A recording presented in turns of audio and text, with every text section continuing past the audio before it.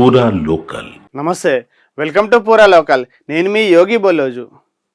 1975వ సంవత్సరంలో భారతదేశానికి ఎమర్జెన్సీ విధించారు అప్పటి ప్రధాని ఇందిరాగాంధీ. అయితే అది కాంట్రవర్షియల్ ఇష్యూ అని చెప్పి దాని మీద ఒక చిత్రాన్ని రూపొందించారు. సొంతంగా దర్శకత్వం వహించారు కంగనా రనౌత్. ఆవిడ బాలీవుడ్ నటి.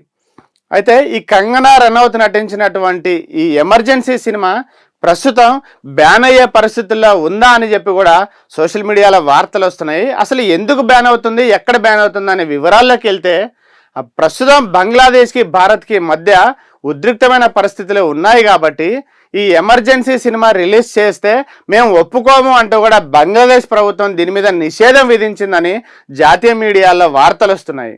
అయితే బంగ్లాదేశ్లో బ్యాన్ అయినటువంటి ఈ సినిమా భారత్లో కూడా బ్యాన్ అవుతుందా అని చెప్పి చూస్తే ఇక్కడ సెన్సార్ బోర్డు మాత్రం కొన్ని సీన్లు కత్తిరించాలని అభ్యంతరం వ్యక్తం చేసింది. అయితే సినిమాను కూడా బ్యాన్ చేయాలని చెప్పి ఒక వర్గం వారు కేసులు పెడితే దాని మీద కూడా విచారణ నడుస్తూ ఉంది.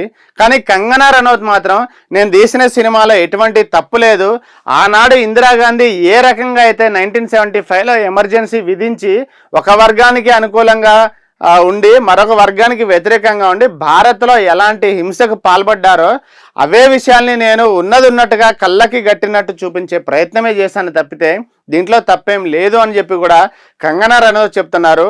అయితే రాబోయే రోజుల్లో ఈ సినిమా రిలీజ్ కావడం ఆగుతుందేమోనని చెప్పి సెన్సార్ బోర్డులో కూడా కొన్ని లోపాలు ఉన్నాయంటూ కంగనా రనౌత్ కీలకమైన వ్యాఖ్యలు చేశారు. చాలా కాంట్రవర్షియల్ వ్యాఖ్యలు చేశారు.